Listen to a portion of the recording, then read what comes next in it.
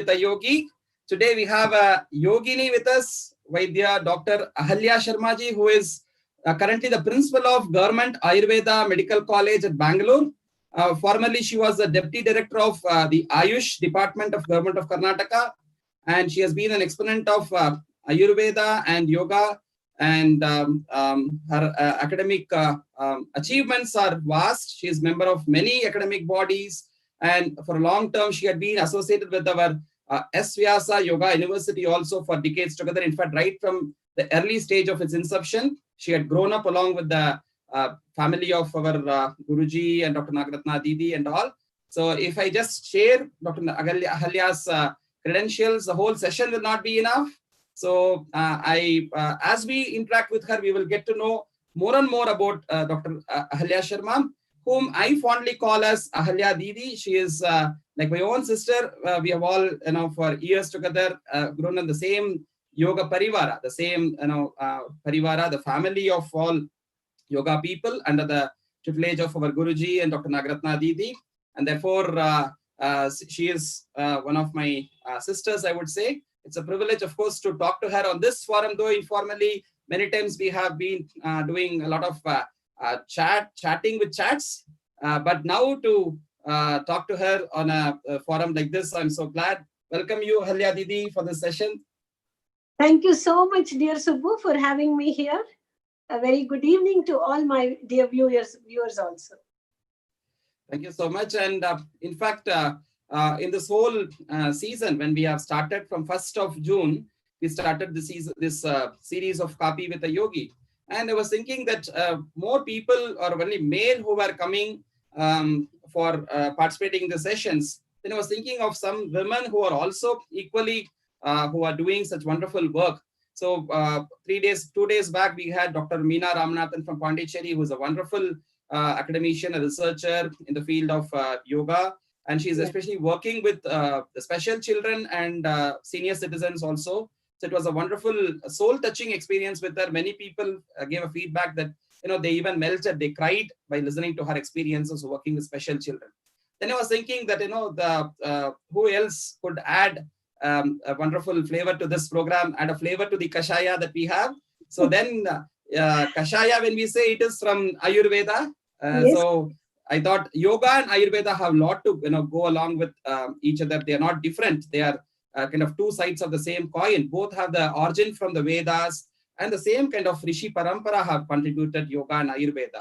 And you, especially when I've seen your background, you had equally your competence in both yoga and Ayurveda. Therefore, I thought it is you who should be participating with us today. And I'm glad that though you have been busy with a lot of work, you're in the government missionary, so you will have a lot of work with the COVID-19 pandemic situation going on.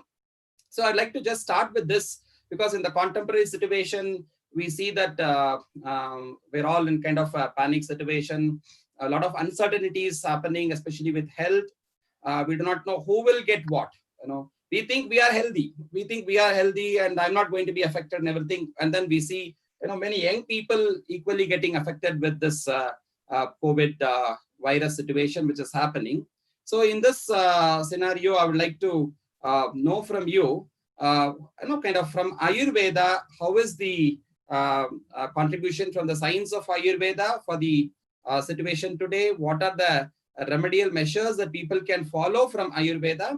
Even a few days back, when the Prime Minister spoke about the COVID-19 situation, he had suggested some of the recommendations of AYUSH, which have been given. So which includes a lot of Ayurveda in that. And also he said, like, the way yoga had today, embraced the whole world today, and people are following. So next is Ayurveda. Yes, right? absolutely. The Prime Minister himself said. So I want to know from you, how in this current scenario, especially, what is the support that Ayurveda is giving, Dr. Ahalya Didi? Okay. Subbu, as you very rightly mentioned, the government of India, Ayush Ministry, had come out about 2 months ago with a protocol about Ayurveda, what is to be done. Initially, we thought we will go with the immunity enhancing one. But in the last 2 months, many hospitals, especially Chaudhry Brahma Prakash in New Delhi itself, had started treating the COVID cases also, and it turned out to be a very good experiment. And now they have given permission and they have gone ahead with the treatment. Now, the first thing we say is, does this concept exist in Ayurveda? Do we have the mention of a pandemic in Ayurveda? Very much so.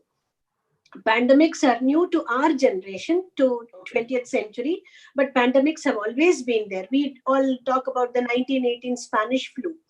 This was called Janapadodvamsa. Janapada, the entire community, Udvamsa. It would go away. So the Dvamsa, the destruction of communities, as it was called.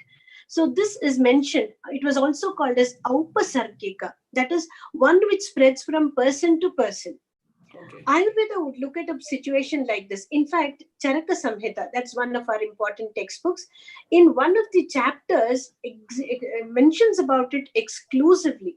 He talks about the reasons, and many of which is very true today.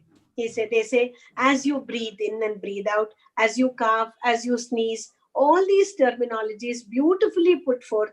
Gatra samsparshat. Gatra is the body. Samsparsha is to touch. So when you touch a person who is inflicted, when you use the same utensils and dress, the clothes, etc., when you share your clothing, Shaya, when the bed is shared, every little thing of whatever we are saying today, including the idea of social distancing, we find in the texts of Ayurveda.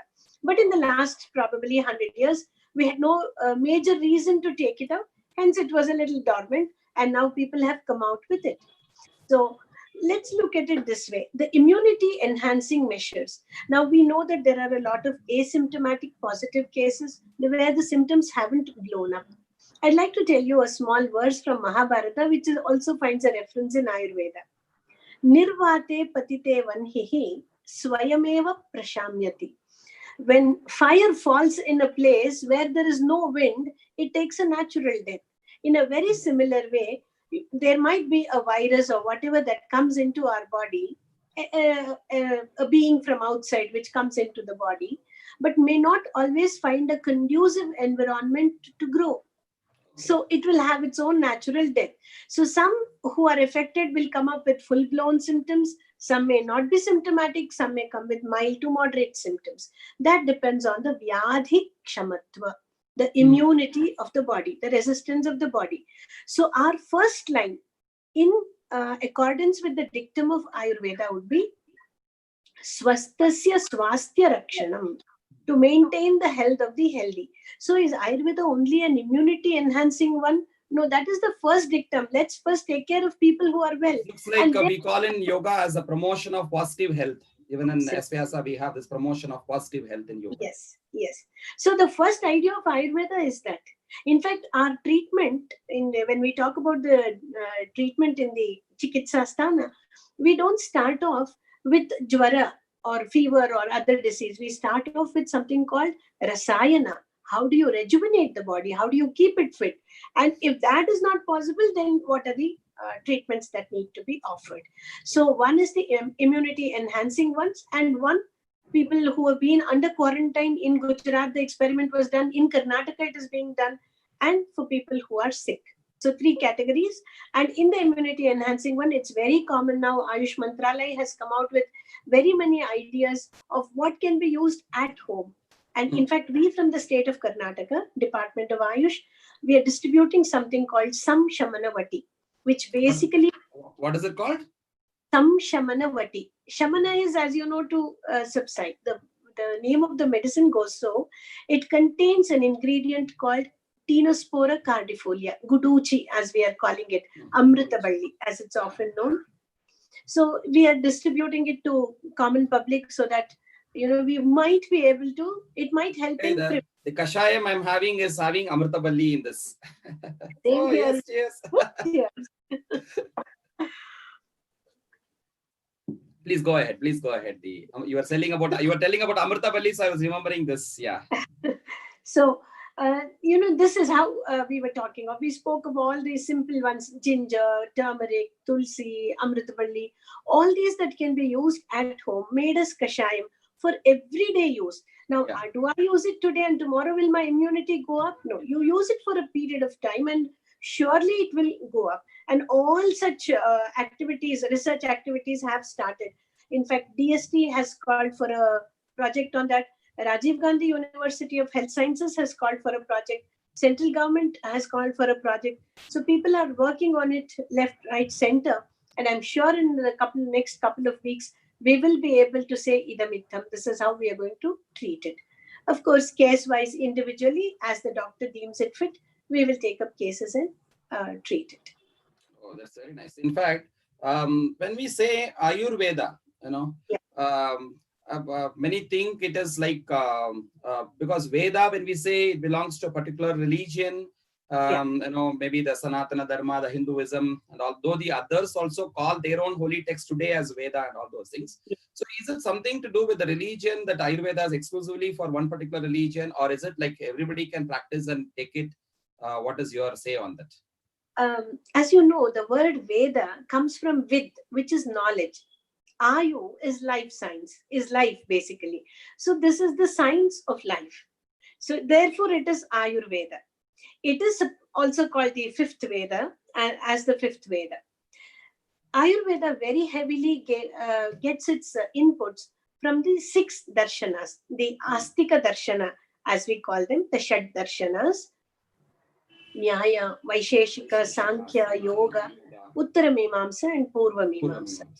So all the important aspects of it have been taken and amalgamated in Ayurveda along with its own Siddhanta. It has its own theory, like the Tridosha is a very, very innate Ayurveda concept. But beyond that, whatever we look in the Panchamahabhuta or the Trigunas, these are there in all the ancient Indian thinking. So this was the school of thinking at a particular period of time. But nowhere do we have to say this is just like yoga. Do we say yoga is a religious one anymore? In a very similar way, Ayurveda is meant for everybody, Sarvakalika, for all the times to come and for everyone. Only then it becomes a Siddhanta. It is not, there is no subjectivity in such things. It's very objective, very evidence-based, but the language of the evidence that we use and talk about is different. But we are now trying to bring the bridge between today's language and our language so that it is able to reach many, many more people, just the way yoga did. In fact, as you know very well, more than 3/4 of the gym today offer yoga as one of the major choices, So I hope Ayurveda will, all the Ayush systems for that matter, should become the mainstream. And for the primary healthcare, we are just going to look at this should be the concept. It can do. All these have the capacity to do it.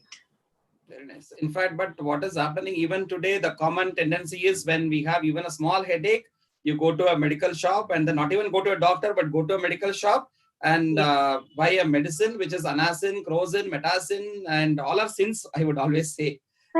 So, but we have such wonderful remedies which are so traditional. In fact, which are many of things in Ayurveda with the basic ingredients would be available in those days, at least around us at home and our garden sometimes. But slowly we have left it, and then we have gone too much into the Western medicine and all those things. I think it's this COVID-19 is bringing us back to our roots a lot in many ways. Yes. COVID-19 is doing it, and the last decade probably did a lot.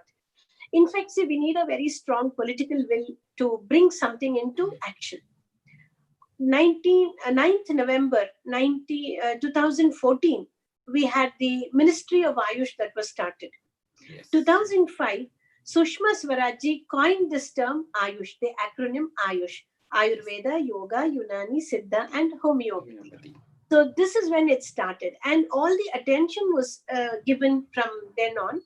Apart from that, people started realizing once the non-communicable diseases came into the forefront, and they were more difficult to be conquered, are the regular diabetes, hypertension, hypothyroidism, this entire metabolic group of diseases, along with restlessness, anxiety, sleeplessness, all these.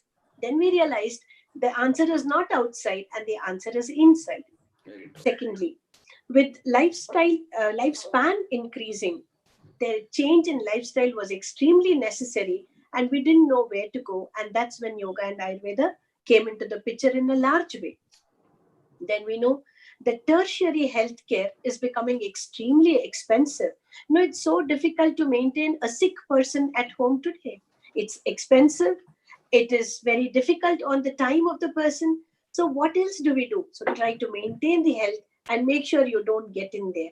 So in all these, with all this background and a strong support from the government and the local awareness increasing, awareness in various places and people increasing, I'm sure in the next couple of days, we need to come out with more and more evidence-based research papers, which is happening everywhere.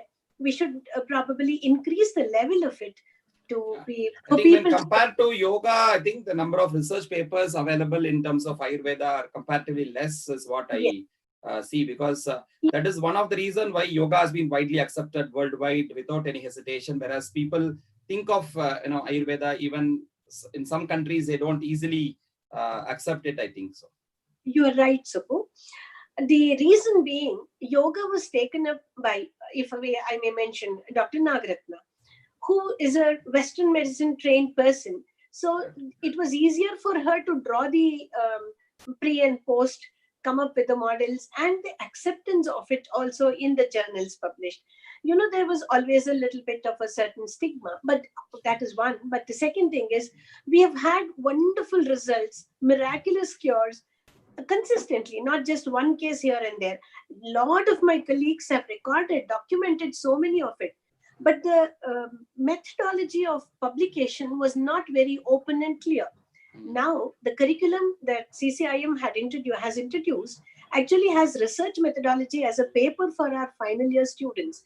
Wow. And it's becoming mandatory for every person to do it. So now we are better in our documentation. Like, I've seen thousands of patients all my life.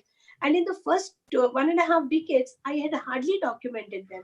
It was like, I did this and here is the patient. I do have the records, but it was not. And me being an academician, many of us have done that. Let me be open in saying it. And equally, I must admit that times have changed. We have started becoming extremely aware of the importance of publication. We are keeping a record.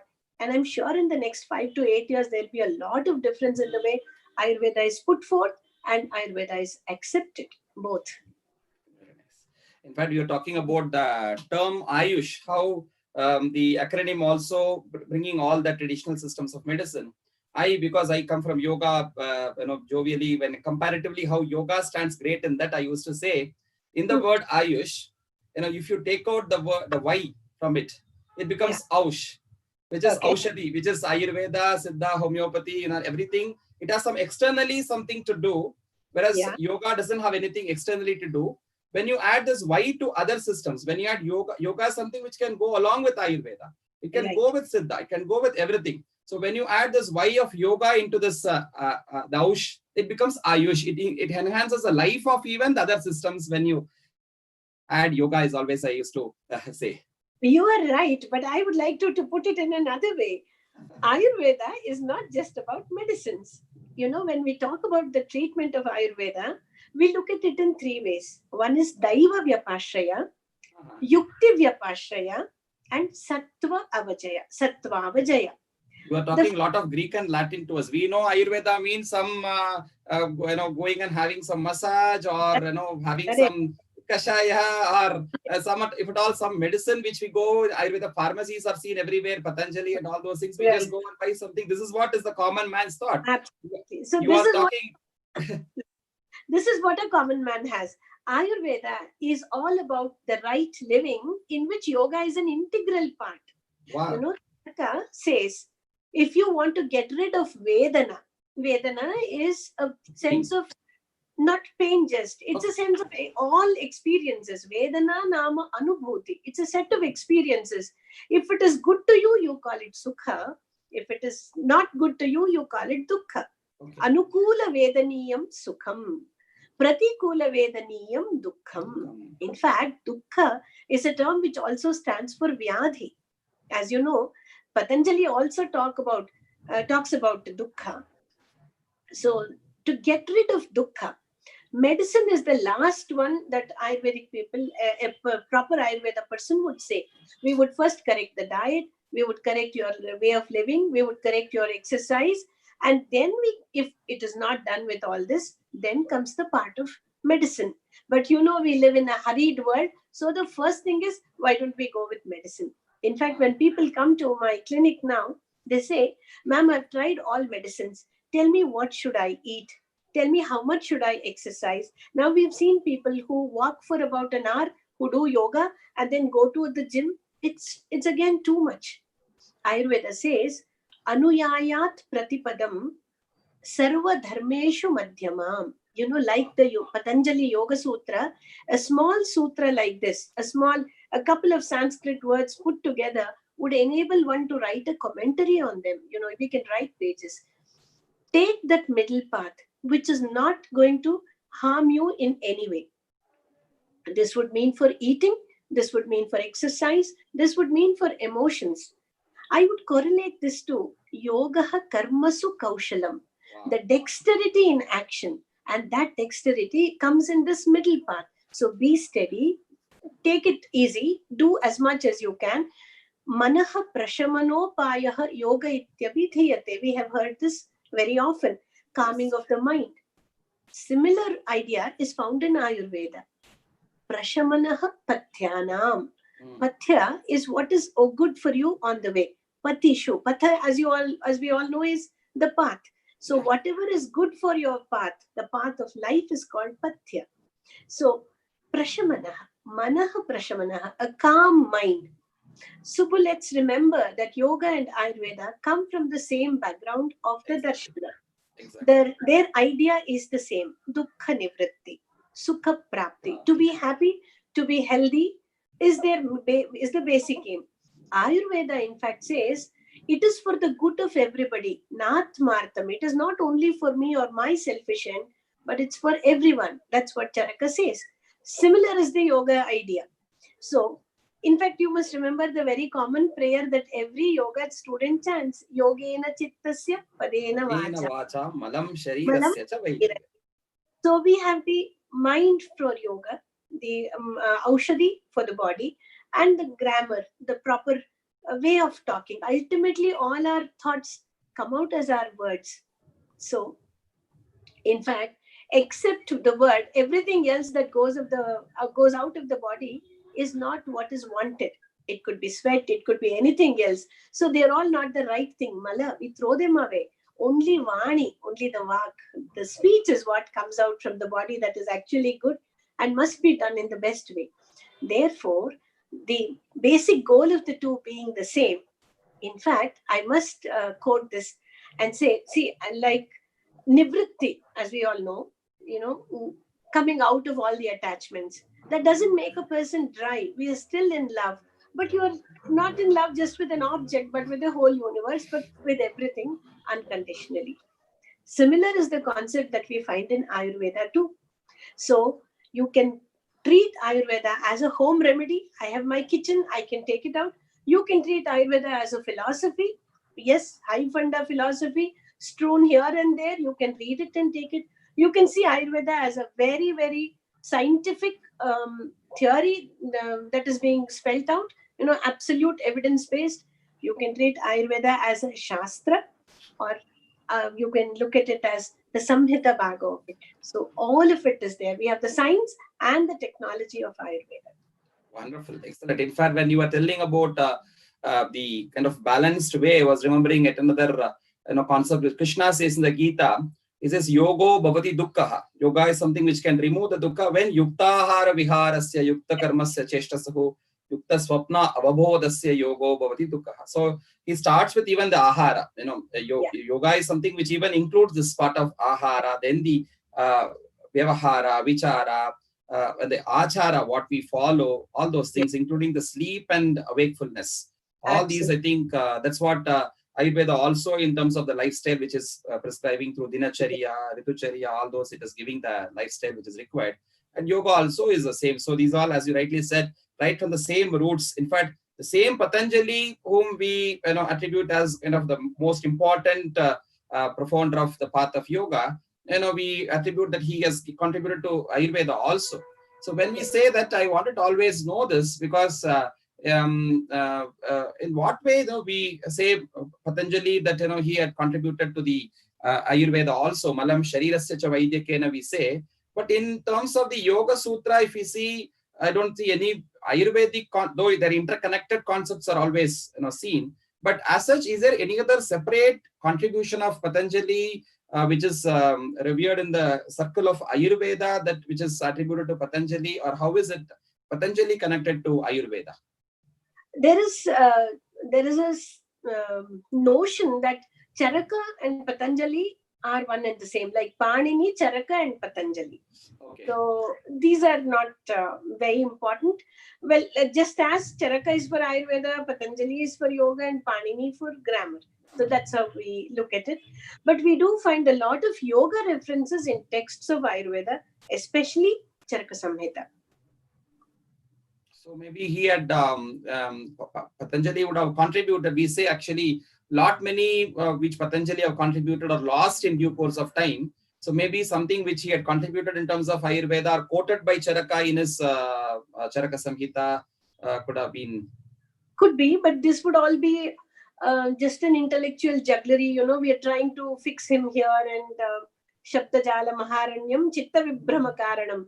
So we really do not know. The greatness of Sanatana Dharma, one way, and all the ancient Indian people, including Kalidasa, we do not know where exactly this is the person. None of them have written their own self. They've always given the credit to their teachers, and that's how the Guru Parampara comes through. So the same happens in Ayurveda. Charaka talks about his teacher, and his teacher talks about his teacher. So we have Agnivesha, Charaka, etc. Therefore, it's always given to the Guru. Wonderful. In fact, I was just wanted to ask it out of curiosity. When we say Ayurveda, when we think of Ayurveda today, though India as such has contributed a lot for Ayurveda, particularly, but somehow I see a connection between the state Kerala.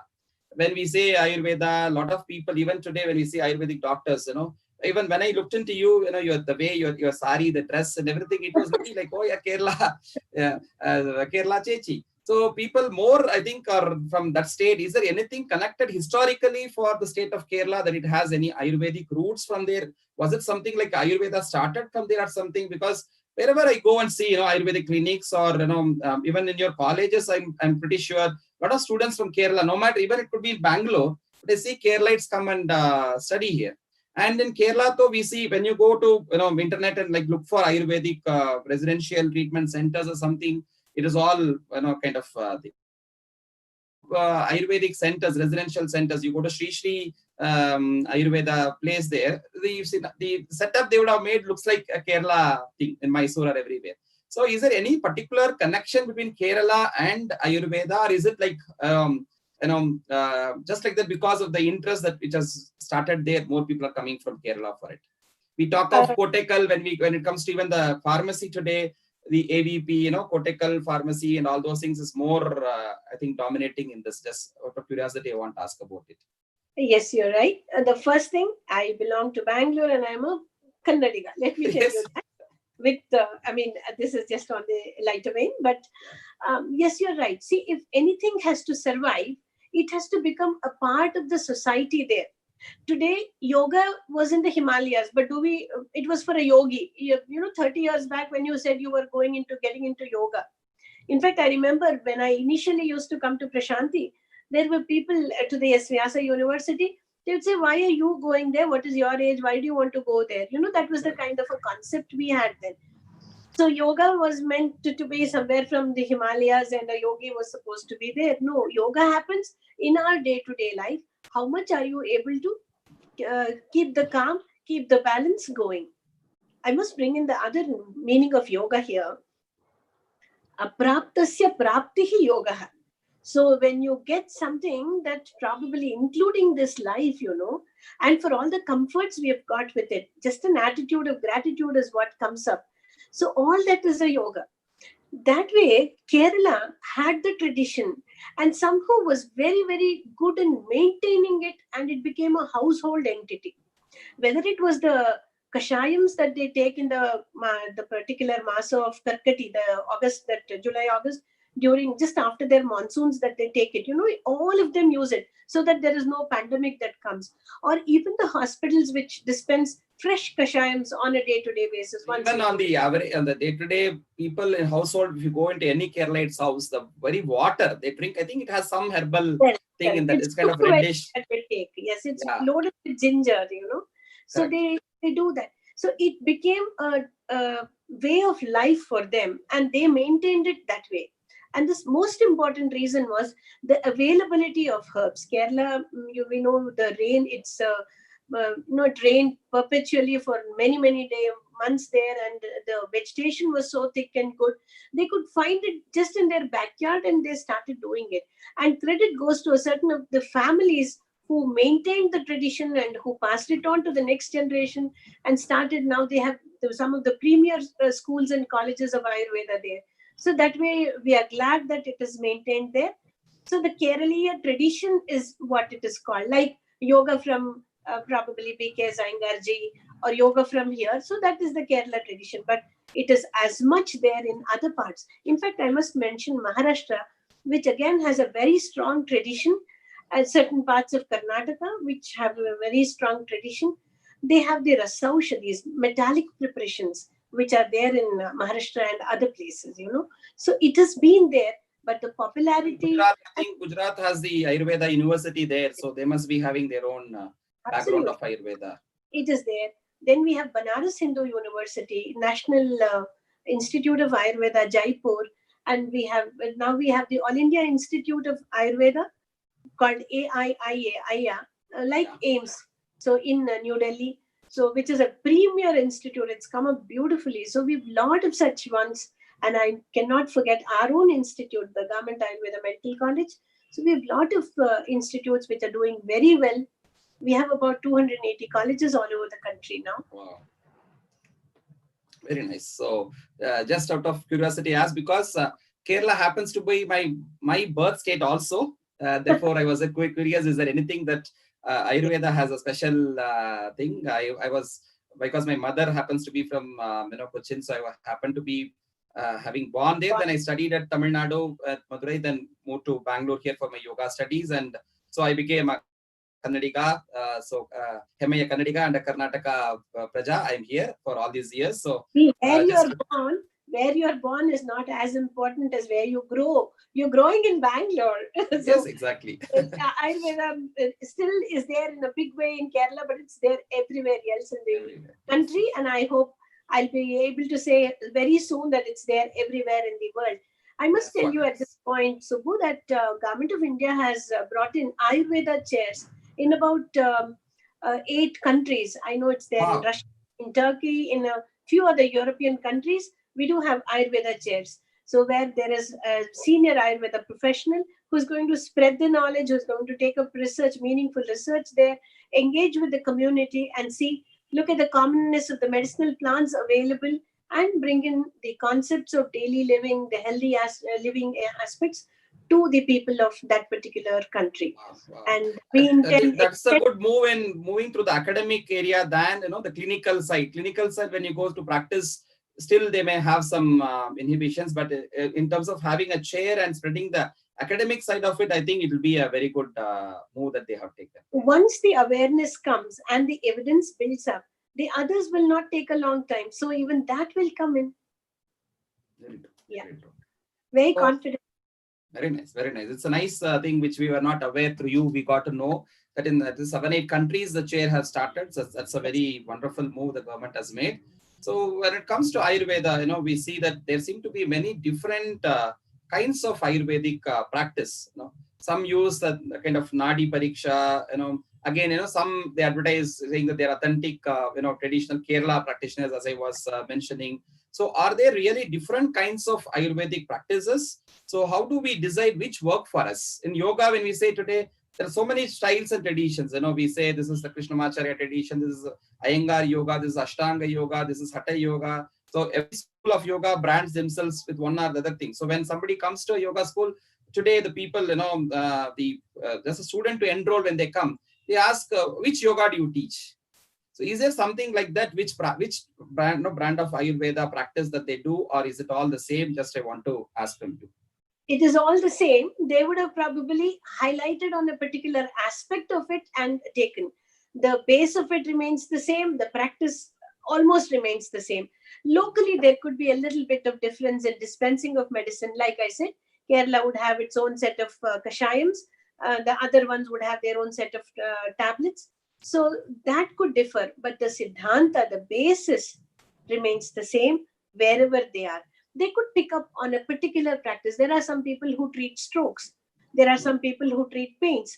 Nadi Pariksha is an integral part of every Ayurveda Vaidya's treatment, examination schedule of his patient. Okay. We have to examine 8 things. Nadi, Mala, Mutra, Jihva, etc. Shabdasparsha, we go on. So that is the first of it. So you have to feel it. You have to do it. So this is one. There are people who would have concentrated on it and picked up. So more than anything, they feel the pulse and say, okay, is your appetite low? Have you been feeling restless? You haven't slept well? You have aches and pains? That's about it. So there are people who have, utilized certain aspects of the teaching in Ayurveda. But basically, it's all the same. But also in Ayurvedic treatment, they say one treatment never fits all. So is it true? If it's true, then can you elaborate on it? Absolutely right. I will elaborate. I just want to tell you this. It seems once Parvati asked Shiva, how many types of yoga are there? And Shiva said, as many number of people, so many types of yoga. Not as many number of people, as many number of species. Yeah. 84 lakhs of... Yes. Here what happens, the variables are too many. A person could belong to a particular constitution, prakruti as we call it. He could be vata or pitta or kapha. He could come from a particular family background.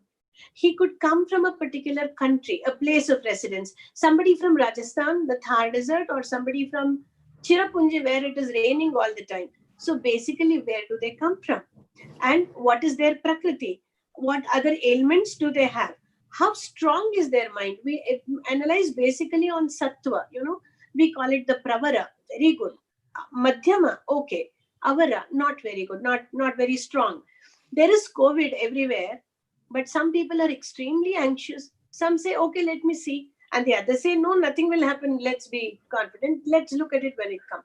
So depending on that kind of a mindset, people can be looked into. So the variables become so many. We look at his Agni, his metabolism, how good is his general working condition of the body. So depending on all this, it varies.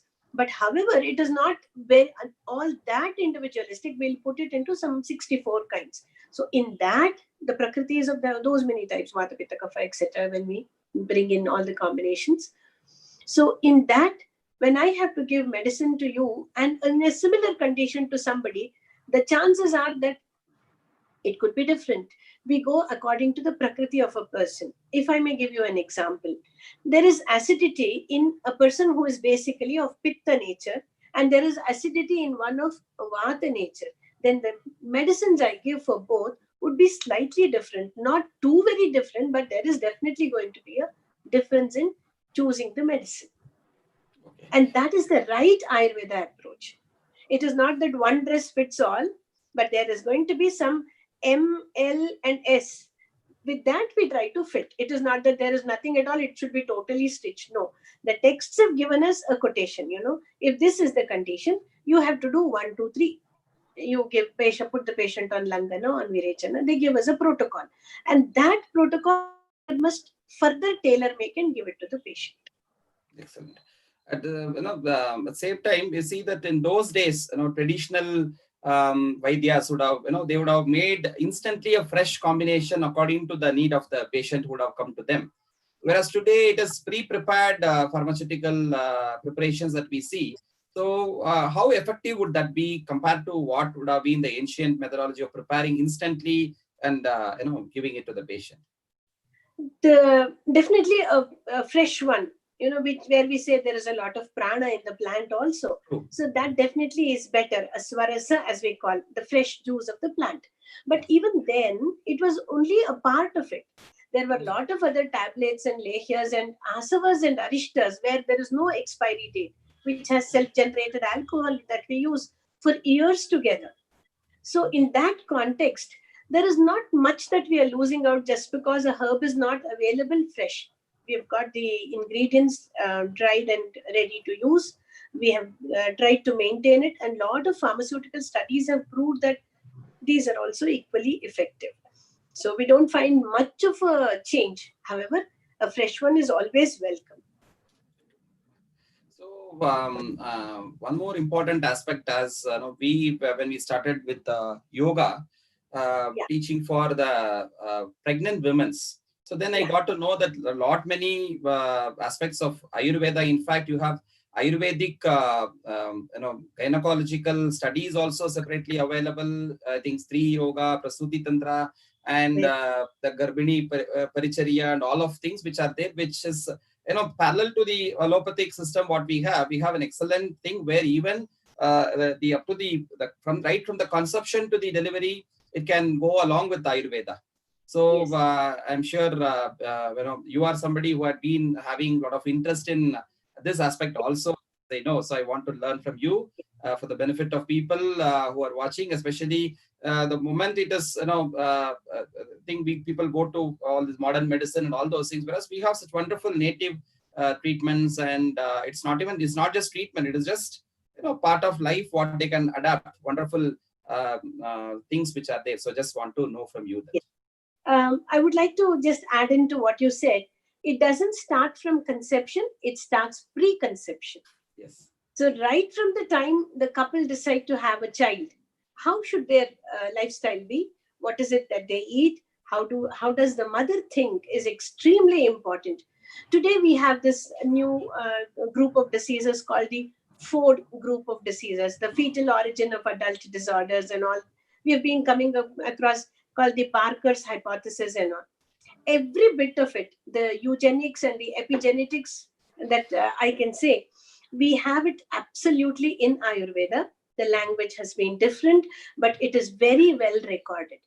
And there is a lot of it going on, a lot of work that is going on. Dr. Tambe from Maharashtra is doing a big work there. But, this is just one center I'm mentioning. Many Ayurveda doctors in their clinics at their individual level have been giving this very much. I've been practicing it ever since I started my practice. This goes and says, well, you prepare the mother. What does it mean? We are trying to get the ovum and the sperm to the best of its health. Once that is achieved, you are definitely going to get the right progeny. And how does the mother take the 9 months of her pregnancy through? What is the kind of diet we give? What are the other medicines if required? What do we advise? All this has been extremely well documented, and it is there. I must, at this point of time, tell you, Subbu, that Ayurveda, today we know of surgery, radiology, anesthesia, medicine, etc. Ayurveda probably was the first science of life, also the system of medicine, which spoke about the 8 wings of study, which is called Ashtanga Ayurveda, Rasayana Tantra. How do we come up with the rejuvenative therapy? Agada Tantra, the forensic medicine. Prasuti Stree Roga. We called it Kaumara Pratya. Pediatrics was not separate. We put them all together.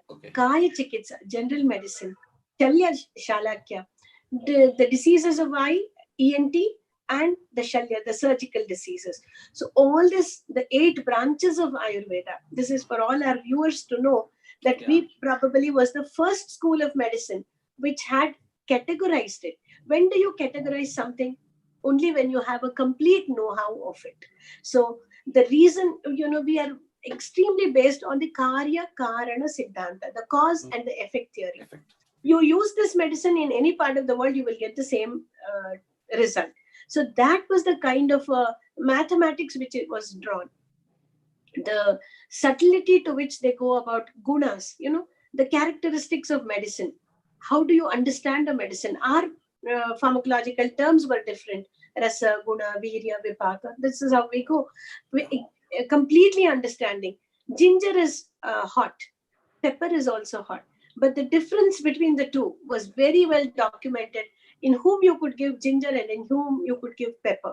So this was the details to which people had recorded, they had paid an attention to. Wow, that's very interesting to know. And also, like, today there are Yeah. very few mothers who deliver babies normally. You know, Hmm. preterms births are also very common. So, where Hmm. all are we going wrong for these to happen? Um, Well, I would look at the positive side of it and say a lot of people are now going for the pre-delivery classes for yoga. They're trying to do it. See, in certain ways, in the history of humankind, we take a certain path, and when many people say this is right, the rest of us follow. So a similar thing had come, and we realized, in 1947, sometime around that time, people said breastfeeding was not important. You start with bottled food, and then by 70s, they said, no, best breastfeeding is the best, not the bottle one. In a country like ours, for people to get this, it would take 30 years. For us to get out of it takes another 30 years. So we have gone through a 60-year cycle. Similarly, these things happen. Somebody had cesarean, so somebody else went. Also, there are medical terms, medically regular indications where it had to be done. So it is good. It has saved a lot of lives. This is the time to amalgamate the best of East and the best of West. We are in an integrative world today. The world has shrunk. That is, what you and I are talking at the comfort of our homes is seen by people all over the world. It can be seen rather by anybody anywhere. So we need to know the good that lies in each science, each system of medicine. Take them. Emergency. Let's look at the other. Is it a chronic one? Is it a degenerative one? Is it related to a lifestyle? Then let's use this. Is it that the person is so restless that he needs something to control his mind, calm his mind, not a pill either from any of the systems, but it could be japa, it could be pranayama, it could be a certain asana. So you, through the body, you bend the mind. All this must come. And as Dr. Nagendra and Dr. Nagratna have been mentioning, integrative medicine would be the future of medicine. Exactly. I was about to ask about that aspect. Yes. Very well. Please go ahead. Please go. Yes. So integrative medicine is what would answer. We need all of it. When there is a road accident and there is somebody bleeding, you need the bones are broken, and if some surgeon can fix it beautifully, why not? Let's use that. Correct. But after fixing, I want to enhance the healing part of it. Yes, we have medicines. There are some acupressure points to relieve the pain. I have some medicines to enhance the healing of the joining of the bones. So why Exactly. not? In Let's fact, do the it. other day we had Dr. John Ebneser, who is orthopedic surgeon, Yes. who had done a research on the pranic energization technique of SVSA, who would say after a surgery that he would ask them to do this for a fast healing which can happen. Yes. So this is where you were saying Ayurveda from different types, yoga from different types. Now will come a day where would I want to use the PET, the pranic energization technique, or shall I look into this particular herb to enhance, or do I need this particular immediate a painkiller to relieve my pain in maybe a couple of minutes? But then it's only for some time. So what again? I come back to one of these systems. That must be the idea. We need to emphasize a lot more on preventive care. That is what was missing, and that's now coming in a big way, at least in the educated group. Now we need to bring it down to everybody in the country, in the world per se, that I can maintain my health to the best of my ability. And if I still go sick, if I still fall sick, but then we have to remember the unnatural artificial environment in which we are living, so much of AC, so little exposure to sunshine, so much of stress. Lockdown, as you realize, most of the people were kind of stress free, that they didn't have to juggle so much, they didn't have to run. Well, being home and cooking for a lot of people did cause a lot of stress to some women, but when the whole family participated, most people felt that they could connect better, and we realized how little we actually need from outside. Our needs are limited, our wants are unlimited. Until that thought comes, irrespective of the system of medicine, yoga, whatever, we will never be healthy. Health comes, as you mentioned, the Bhagavad Gita shloka. I would like to talk about Charaka, who says, Nityam hitahara vihara sevi. Wow. Nitya is perpetual, every day. Hitahara vihara. So you eat the right food. How many of us have the hot, homemade, warm food every day? We defreeze it, we freeze it, we microwave it, we take it out. Well, as per the need of the society, we have changed. And not that our body is so weak that we will go sick with that. But then if we have been exercising regularly, if we have maintained our health, I can afford to eat such things and still be healthy. So Nityam Hitahara Vihara Sevi Samikshakari Vishayetva Saktaha. I introspect and I know what I'm going to be interested in. It's not an addiction. Even when you look at WhatsApp, many of us have become addicted. You keep looking at the phone whether it is required or not required. So you can distance yourself. So that thought has to come from within. Health is what is innate, and all these will only aid health. If the inner light is not there, however much you go from outside, it will not come. I'd like to talk about this, that you dig a well. If the source of water is not there, you can't keep pouring water and say, I have a well alive. Similarly, the thought of health is not just about physicality. It is about me loving myself, me being comfortable with myself, me being happy with people around me in the given situation, in the circumstances. That is what Charaka says in the second line. Samikshakari Vishayatva Saktaha. Data, one who can give. Samaha, one who is equanimous.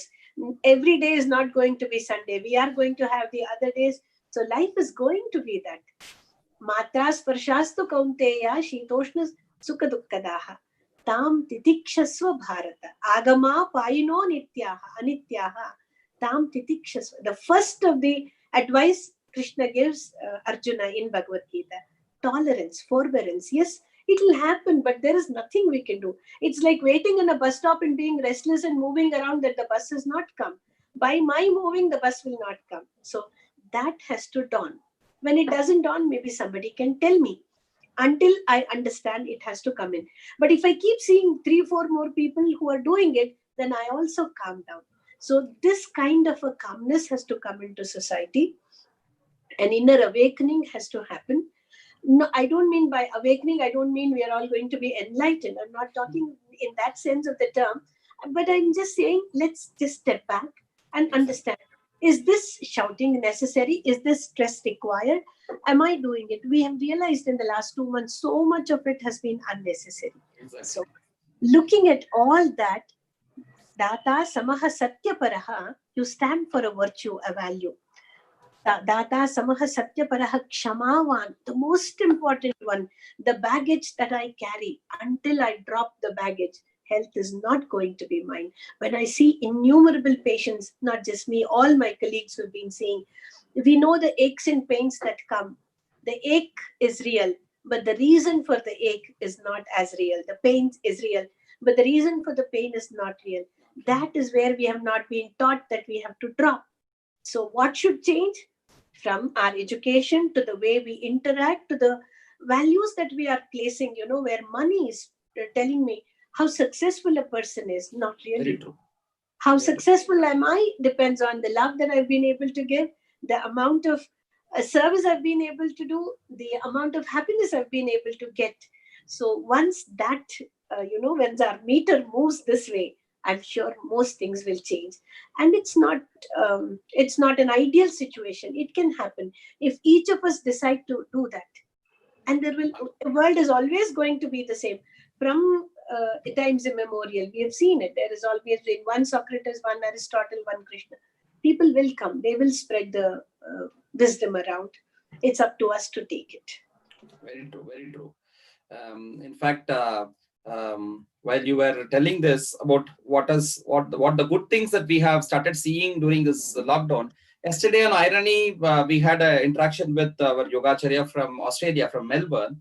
So he was telling, while it is all happening in Indian society, but there are a lot of divorces which have started happening within these 2 months in that country.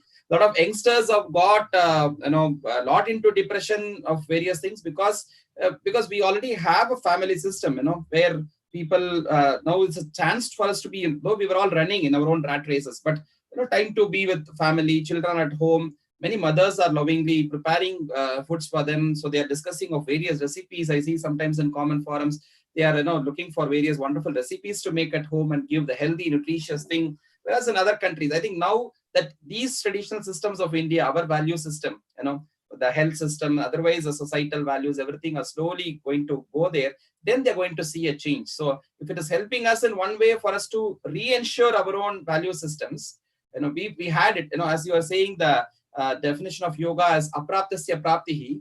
The next aspect is praptasya rakshanam kshemam.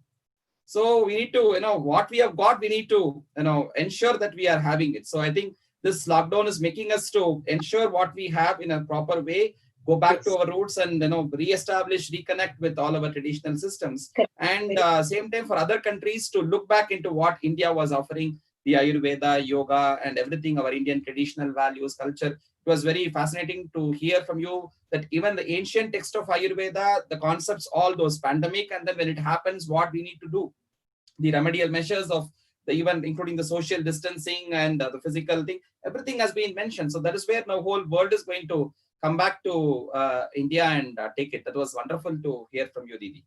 And one thing, because this discussion, what we are doing is mostly watched and followed by the community of yoga teachers and therapists. You are somebody who have equally a background of yoga as well and Ayurveda.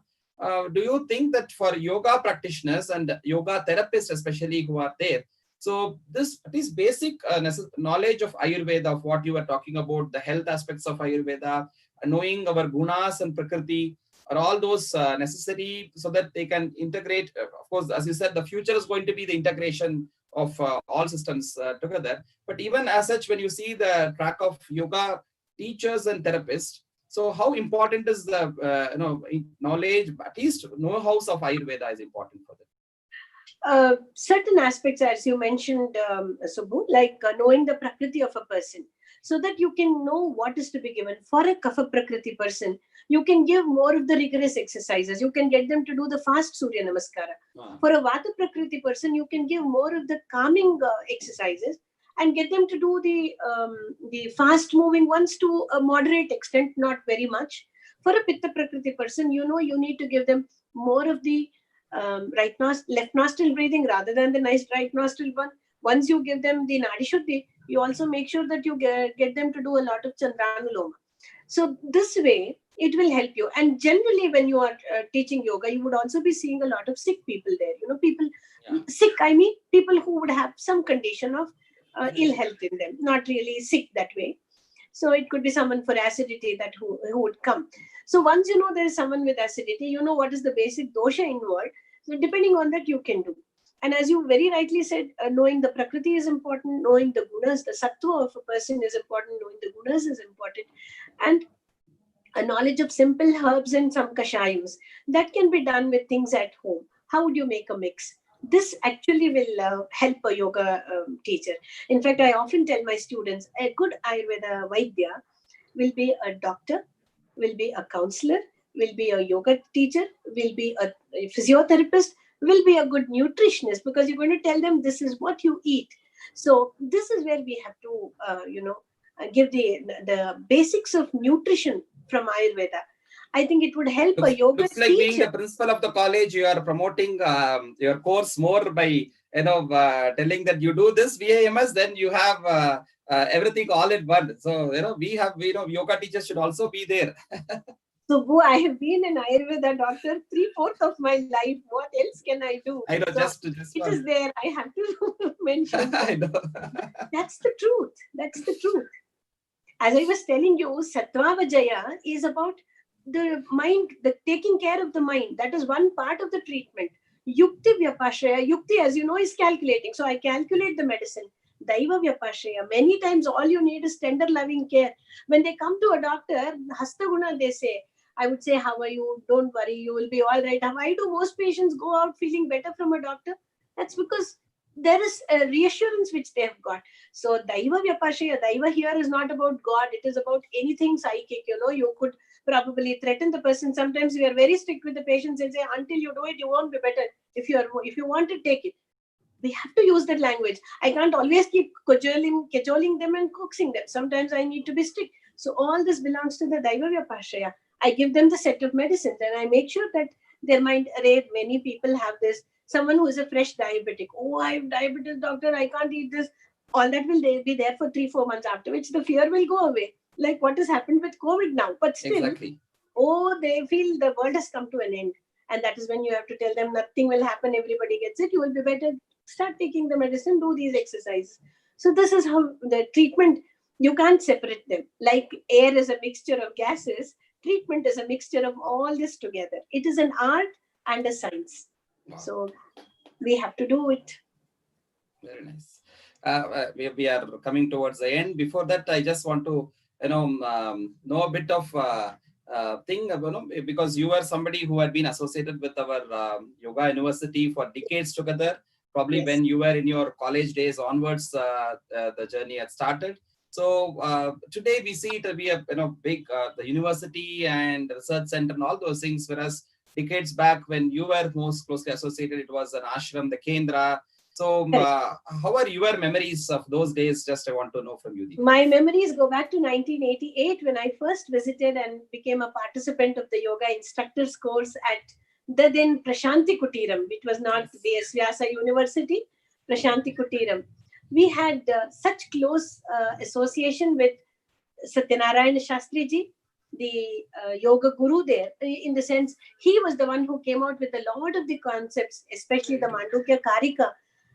All the ideas from there, Laye Sambodhaye Chittam, all the that we are talking of. Happiness, happiness analysis and energy module and yes. Sukha-Dukha In fact, Pariksha. it's a beautiful team that one took it out from the Shastra, the other one came out from the modern medicine perspective, and there was Dr. Nagratna and Dr. Nagendra synthesized them and made them into workable practices. So those were the early days of SMET, where we would all go down to MNCs for weekend courses.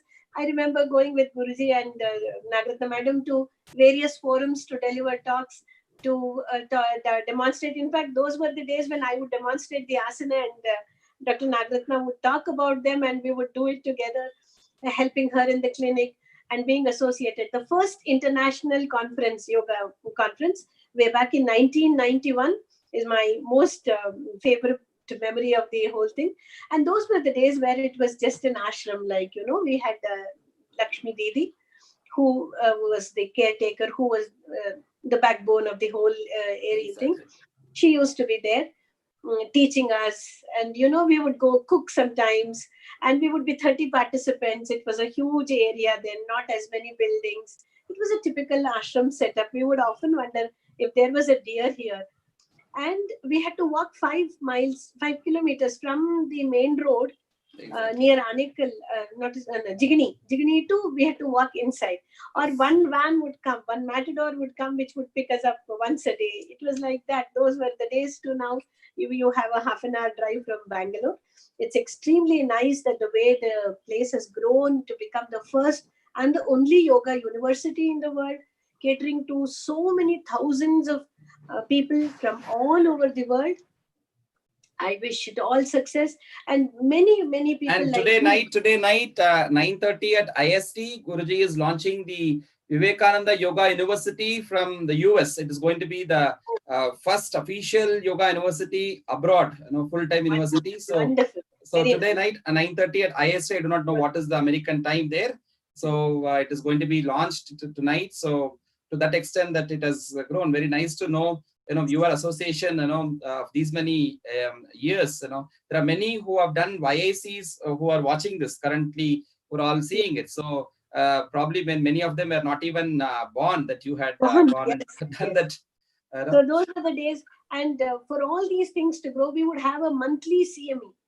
So we had one month, it would be an IBS. We would get people from the modern medicine, from Ayurveda, from everyone, sit and synthesize and make them into papers, put them together. So all these, and Yoga Sudha had just started then. So those were wonderful days.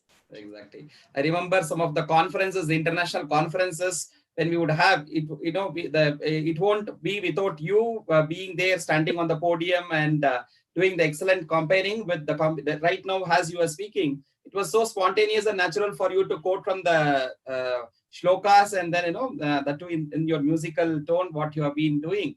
So apparently every conference of us would be having your presence. And I remember that sometimes when we used to have Shri Narendra Modi ji also on the campus. So you were the person to stand on stage and conduct that event. I think to my remembrance, even you were in the part of the team which went to Gujarat from Prashanti also, and conduct the session there when Modi ji was still the CM there. Yes. So how are your those days, especially with Modi ji? I remember that he did appreciate your comparing also, from directly from his mouth. I have heard it, so I want to. Folded hands offer my salutations to Dr. Nagaratna, Dr. Nagendra, and I must remember my very, very loved brother, Dr. Venkatram, on this.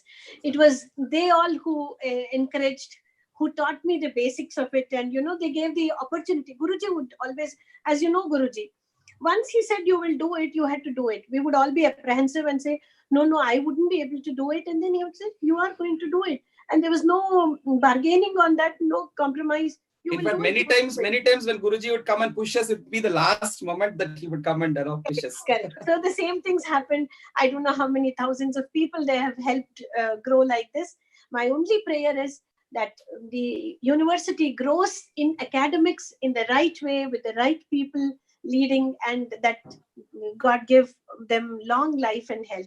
These were very special moments of my life, to be able to go there and deliver, talk whatever little I knew, and it was a golden opportunity. As you said, apraptasya praptihi yoga. So it was just that I was fortunate to get them, and as I said, I offer my dhanyawada to both of them.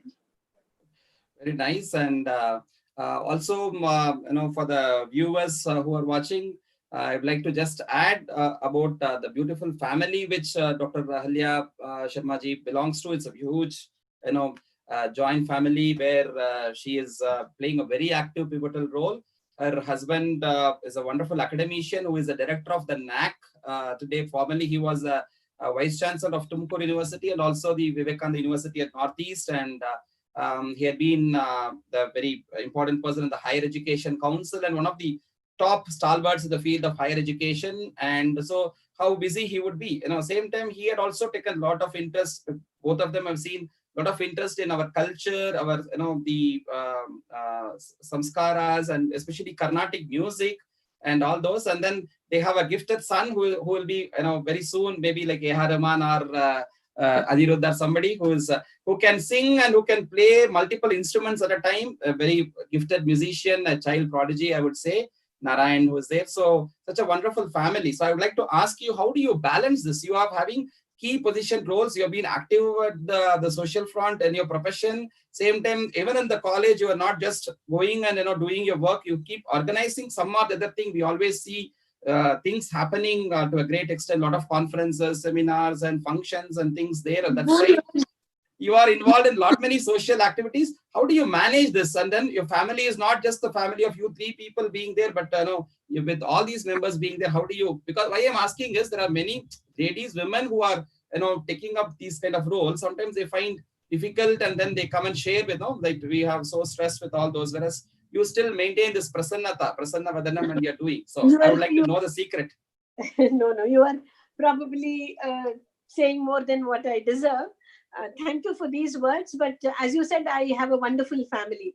And it is that family which gives me all the strength. My sister-in-law, my late mother-in-law, who passed away a couple of months ago, they have been extremely supportive. I thank my parents and all my family, my extended family, who have been with me through thick and thin, who have taken it, who have helped me do whatever little I could. When you really love doing something, it doesn't appear to be a job. It doesn't appear to be, when you can't always have what you like, but when you like what you have, nothing seems a challenge. So these are going to be the same. Not every day in your professional life you will have a very good day. There could be a difficult boss. There could be, thankfully I have not had one, but there could be different challenges that come up, So that way, but you just have to say, as I already told you, Tam titikshasva bharata, a little patience at that point of time. That's all right. From what so to so what is what Prashanti taught me. So it happens. So what? Yeah, one day it's not going right, but tomorrow it will be. That is the only attitude which will take us forward. And nothing is permanent in life. It's all a matter of impermanence. There's only one Chaitanya that is permanent, and that is the goal we are all going. As you have put in your Facebook thing, yogi, I'm not a yogi in that sense of the term, but I just want to say we are all yogis, that we are all looking for a better meaning and purpose in our living. I mean, when we look to yoga, when we are trying, either it could be for our physical health, or it could be for our beauty, or we are trying to do something better, or it could be a calmer state of mind, or the higher purpose of life. That way, we all are yogis. We are all trying to grow better than what we were.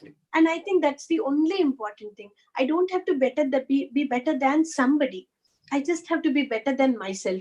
When I look back, I feel I could have taught better 25 years ago had I known this. But you learn. Acharyat padam adatte, padam shishyam swamedhaya, padam swabrahmacharibhyah, padam kalakramena. Last time, yes, I was not as wise 25 years ago. Probably I hope to be wiser another 20 years later. Life is a constant journey, and the journey, wherever it leads to, like the river, we must realize that we all have to go and meet that particular end. And at the end, I remember Raghuvamsha here, Subbu, if you may permit me to quote. Please, please. Yogen Antye, Kalidasa writes, Shaishave Abhyasta Vidyanam, the Rama's clan studied in their childhood, Shaishave Abhyasta Vidyanam, Yauvane Vishayeshinam, indulge in the family matters in their youth. Vardhakya Munivrittinam, Yogenante Tanutyajam. Look at the beauty of the word. Tanutyaja. They gave up their bodies. Death was not something that they had to fear. Death was not something we had to be scared. It was like a mother coming and putting this physical body to rest and allowing us to continue. That is the basis of the Indian thought, the Punarjanma, that Karma Siddhanta that we believe in. So we are here for a purpose, and that is what we need to find. We may not be able to do it on day one, but we will surely be able to do it. Let any profession that we are in, accounts, banking, software, teaching, medicine, that is going to be my pravritti and nivritti marga. There is always a scope for service wherever we are. There's always a scope to love the other person more unconditionally than what we could. So let's just look at being better in ourselves, from yesterday to today, not comparing with anybody else. Most of things that we are talking of and comparing are not worth it. And if each of us start an abhiyan like that, that would be wonderful. So I pray that we'll all be able to go there. We will falter. We will not be able to go like a child who can't walk on day one. But we get up, we support each other, and we move on. That must be the aim of life. That's why, Krishna says in the Gita, Tasmat Yogi Bhavarjuna. He says, after teaching all those, Yogasya Kuru Karmani. Okay. So we need to do all those being in this state of, yoga, this equilibrium. It is not just about having a title, something, or, not about reaching samadhi or something, so that we bring all this in our day-to-day life to whatever extent possible. So that is the idea that I started this discussion, meeting wonderful people like you, whereby, we can share a lot. It's, we have a lot of technical sessions where you go and present the technical aspects of this, whereas now we talk about the philosophy of, Ayurveda or yoga and how they relate to our own life, our own situations. So that is what it is. That's where, when I thought of what could be the best way to commemorate this year's yoga day.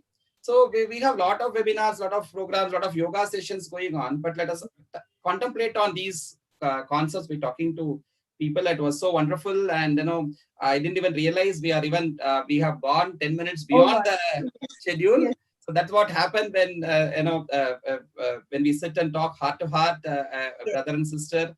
So, and then the benefit is to the rest of the world who are watching it. I'm so thankful to you. In fact, you were telling, I may not have some time, but see now when we started, we are going beyond time. So that is the thing, thank you so much. And we come to the last part of the session. We have a rapid fire round always. Okay, done.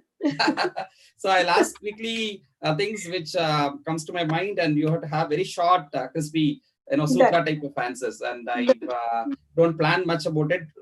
Randomly, what comes to my mind, I would just ask, connected to, of course, their expertise. Yeah. So what is your prakriti? Pitta Kapha. What is your favorite asana? Pavana Muktasana. Dhanvantri. Dhanvantari. He is one who can give us everything, Dana included. He one who bestows health, and there is no money greater than health. Woman, Nari. Pardon? Woman, Mahila, Nari. Patience and giving. Wonderful. Ahalya as a Grihini. I would say thank God. Ahalya as a Vaidya, as an Ayurvedic physician.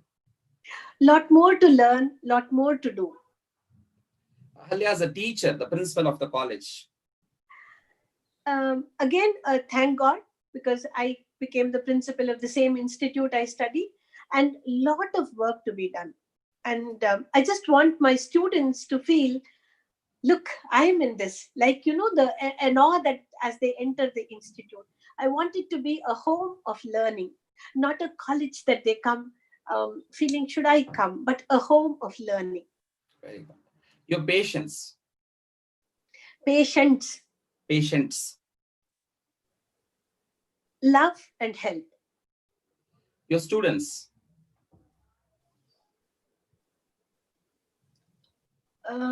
Treasure and fortune. They are the Yogi. treasure of our country, and they hold the fortune of health for the millennium, next millennium. Yogini.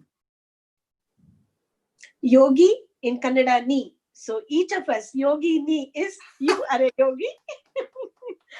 And Yogini is becoming. Wonderful, Subbu. The last, what would be the last? Corona. Darona.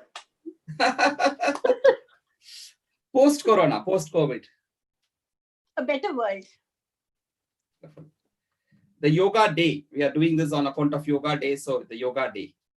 Love Mother Earth more. Let's be fair to Mother Nature, who's given us everything.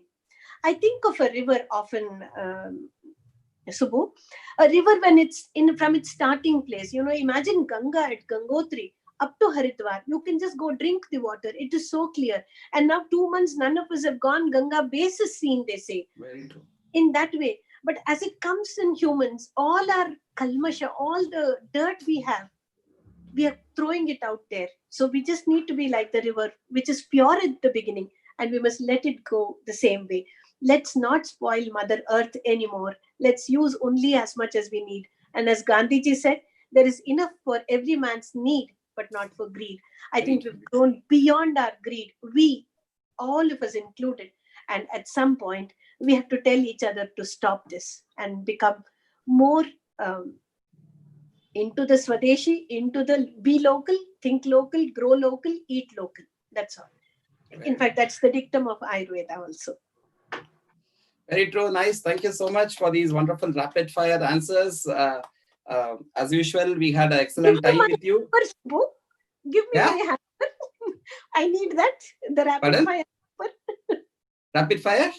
Hamper. You need to give me a gift. Oh yes, I have used. This is your gift, please. Oh, thanks.